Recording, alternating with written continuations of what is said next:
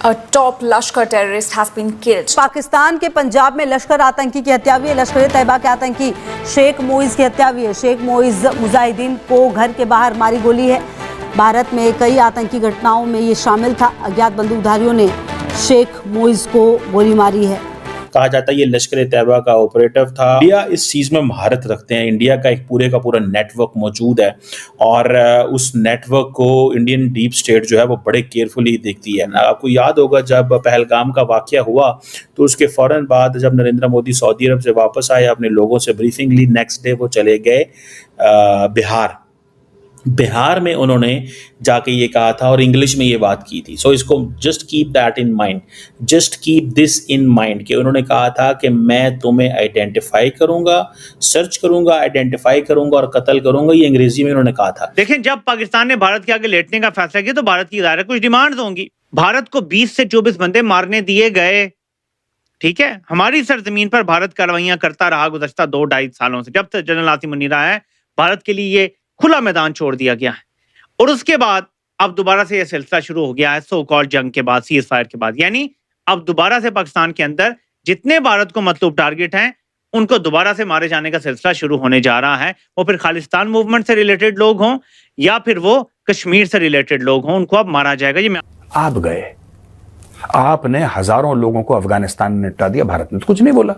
तुम्हें क्या लगता है जैसे तुमने अफगानिस्तान में अपनी फौजें भेजी थी तुम भारत भेजोगे? ये हो नहीं सकता, ये हो नहीं सकता। क्या तुम्हारे पास भारत से बड़ी डिप्लोमेटिक एक स्ट्रक्चर पड़ा हुआ है? यह भी नहीं हो सकता। तुम्हारे पास भारत से ज्यादा पैसे हैं? यह भी नहीं है।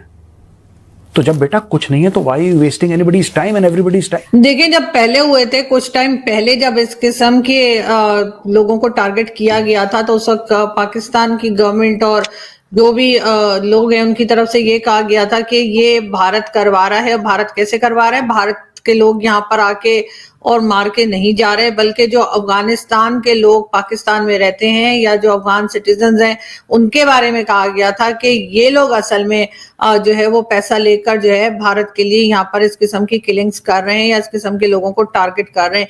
ये स्टेटमेंट आई थी पाकिस्तान की गवर्नमेंट की तरफ से।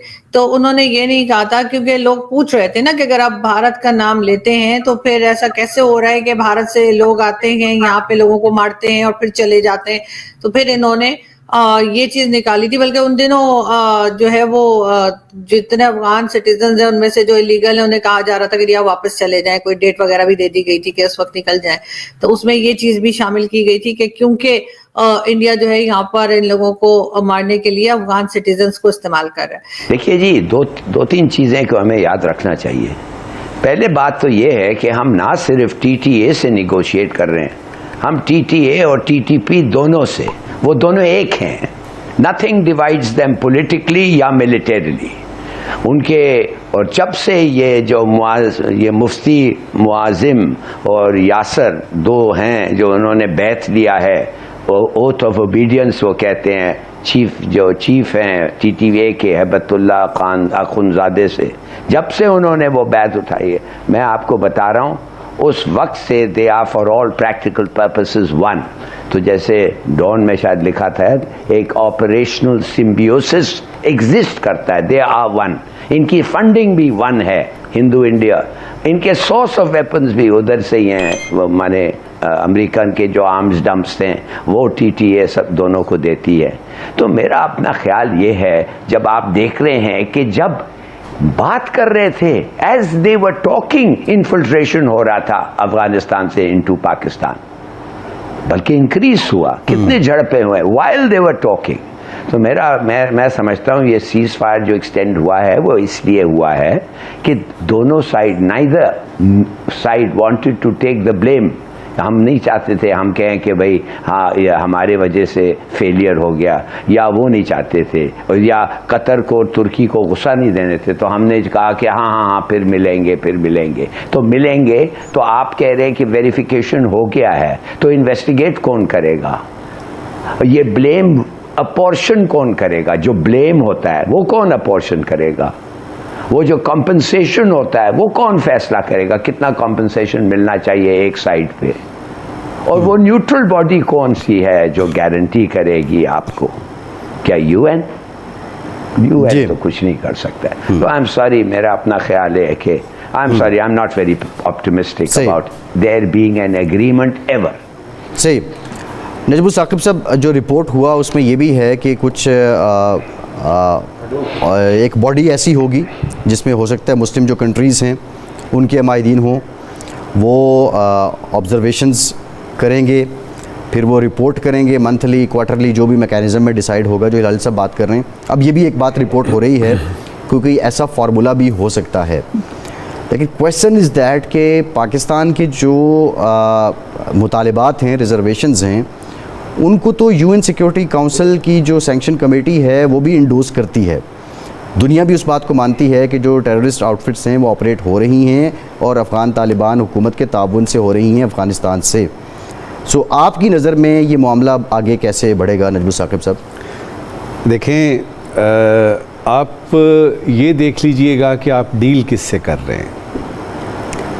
तकलीफ़ की बात है कि अब हमें ये वक्त आ गया है कि अफ़गानिस्तान के तालिबान से हमें टेबल पे बैठ के बात करनी पड़ रही है। इसमें कुछ हमारी गलतियाँ, कुछ कोताहियाँ हमारी भी रही हैं। ऐसा नहीं है कि ये सारे का सारा जो है ये वहीं से ही शुरू हुआ। तालिबान के लिए सिफारतकारी एक नई चीज़ है। उन्होंने आज तक जितने भी मुआहदे किए हैं वो एक ज़िम्मेदार मुल्क के रिप्रेजेंटेटिव होने के नाते उन्होंने उस पे अमल दरामद नहीं किया। लिहाजा अगर आप ये कहें कि जी वो वेरीफाइबल मैकेनिज़्म पे मान जाते हैं, वो मान जाते हैं कि वो जो सेफ़ हेवन्स वहाँ पे हैं उसको वो कुछ ना कुछ करेंगे, कोई मैकेनिज़्म तैयार हो जाएगा और फिर अभी जो 6 नवंबर को दोबारा मिलना है यानी इस्तांबुल में, तो कोई नई सूरत हाल निकल आएगी। इस बारे में कुछ कहा इसलिए नहीं जा सकता कि अगर वो मान भी गए, अभी पिछले दिनों जो मान गए थे, फिर उन्होंने कहा जी कि हम लिख के नहीं दे रहे। नमस्कार दोस्तों, स्वागत है आप लोग का हिंदुस्तानी स्पेशल के को नए वीडियो में। दोस्तों, एक बार फिर से पाकिस्तान में जो भारत के खिलाफ रहने वाले आतंकवादी हैं वो अब एक एक करके एक बार फिर से मारे जाने लगे हैं। और जब से ये खबरें सामने आ रही हैं पूरे पाकिस्तान में हड़कंप मचा हुआ है। चारों तरफ आतंकवादियों के अंदर जो है वो खौफ मचा हुआ है और सारे आतंकवादी जो है वो बिल में घुसना स्टार्ट कर चुके हैं। दोस्तों, दरअसल लश्कर का एक टॉप कमांडर जो कि भारत के खिलाफ कई हमलों की साजिश में जिसका बहुत ज़्यादा जो है लिप्त था, उसको अननोन गनमैन ने मार गिराया है। और जब से ये खबर चली है पाकिस्तान में तो सन्नाटा है, लेकिन कुछ न्यूज़ चैनल और कुछ लोग जो है वो इसको जो है वो रिपोर्ट कर रहे हैं। लेकिन अगर आप पाकिस्तान की मेन मीडिया देखें, जो उनके न्यूज़ चैनल देखें, उस पे ऐसी कोई खबर नहीं चली है। लेकिन क्योंकि पाकिस्तान जो है वो ये छुपाना चाहता है कि कुछ लोग आए और यहाँ पे लोग के मार के चले गए और हमारी नंबर 1 ISI, जिसको कि हम दुनिया की नंबर 1 एजेंसी बोलते हैं, उसको पता भी नहीं चला। और पता चला भी तो वो आए और मारकर चले गए, उसके बाद ISI को पता चला। और यही दिखाती है कि जो ISI है वो कितनी ज़्यादा निकम्मी है। चाहे पाकिस्तानी कितनी भी बड़ी बड़ी दावा कर लें, लेकिन जब बात आती है मैदान में, जब बात आती है रियलिटी की, तो वो कहीं पे भी नहीं ठहरते हैं। और एक बार फिर से जो पाकिस्तानी कह रहे हैं कि रॉ है इसके पीछे, तो अगर रॉ है तो ये तो हमारे लिए बहुत ज़्यादा कामयाबी की बात है। लेकिन फिर भी भारत जो है वो उसकी ऑफिशियल स्टेटमेंट इस प्रकार की नहीं है, तो हम इस पे नहीं जा सकते क्योंकि हम भारत सरकार के साथ खड़े हैं।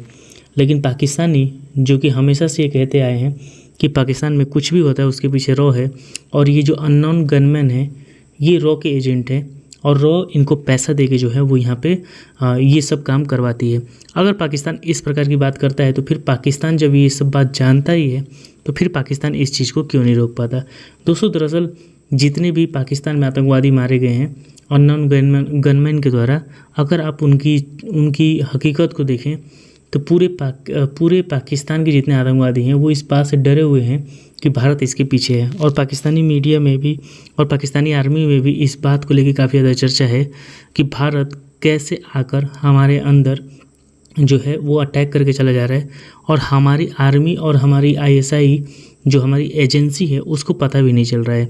दोस्तों, पाकिस्तान में वह फिर से अजीत डोल की बातें होना स्टार्ट हो चुकी हैं और दूसरी तरफ अफ़गान तालिबान की भी बातें होना स्टार्ट होती हैं।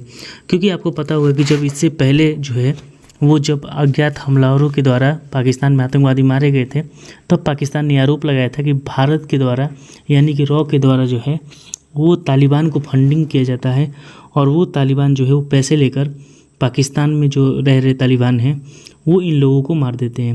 लेकिन अभी तक पाकिस्तान ने ऐसा कोई सबूत नहीं दिया जिसमें कि तालिबान जो है उन्होंने भारत के रॉ है उससे पैसे लिए हैं और ये काम किया है। और इसी को लेकर हिलाली भी बहुत ज़्यादा जो है वो गुस्से में है और अपना गुस्सा जो है वो अफ़गानिस्तान की गवर्नमेंट है उसके ऊपर उतार रहा है। तो दोस्तों बस आज के वीडियो में इतना ही। वीडियो को लाइक और चैनल हिंदुस्तानी स्पेशल को सब्सक्राइब कर लें, क्योंकि हम आपके लिए इंटरेस्टिंग वीडियो लाते रहते हैं। मिलेंगे न्यू वर्ष, तब तक देखते रहिए हिंदुस्तानी स्पेशल।